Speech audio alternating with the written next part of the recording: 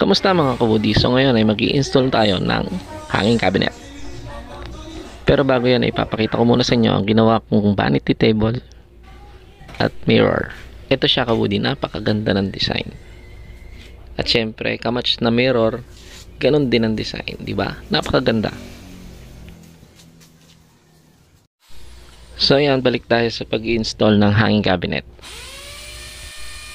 At ito nga binubutasan na namin kung saan namin siya ilalagay.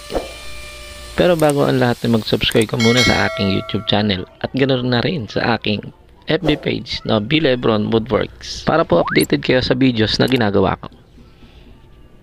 So ayan nga, nakapagbutas na tayo at nakapaglagay na ng dowel.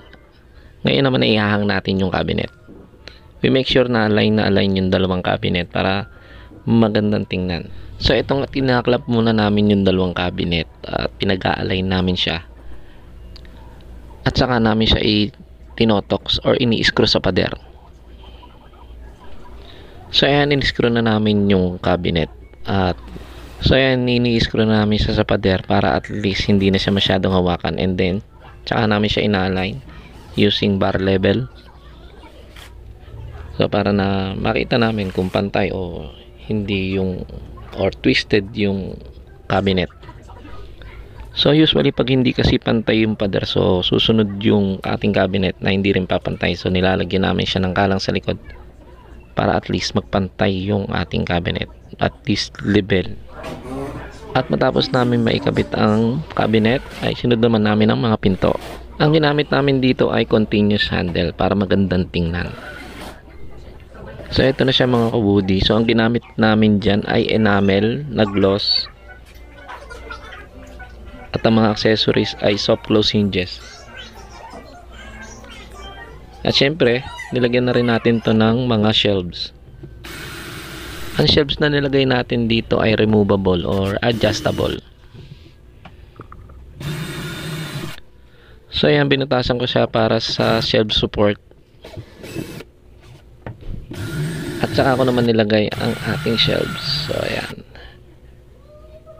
So yun nga no mga guys, enamel paint lang ginamit natin dyan na gloss. So hindi siya laminate pero halos parang parehas siya ng laminate.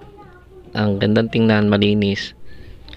So halos lahat nilagyan natin ng shelves para marami mailagay. At syempre tuwan-tuwa din yung may-ari sa ginawa natin. So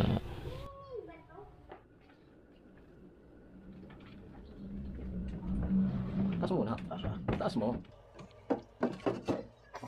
So ayan mga kabudi, napakaganda, napakakinis at napaka-eleganteng tingnan dahil simpleng-simple lang siya kung mapapansin nyo. Maraming salamat po sa Nieves family sa pagpapagawa. Thank you so much. At kung nagustuhan mo to kabudi ay pakipalo naman po ng aking Facebook page, B. Lebron Woodworks,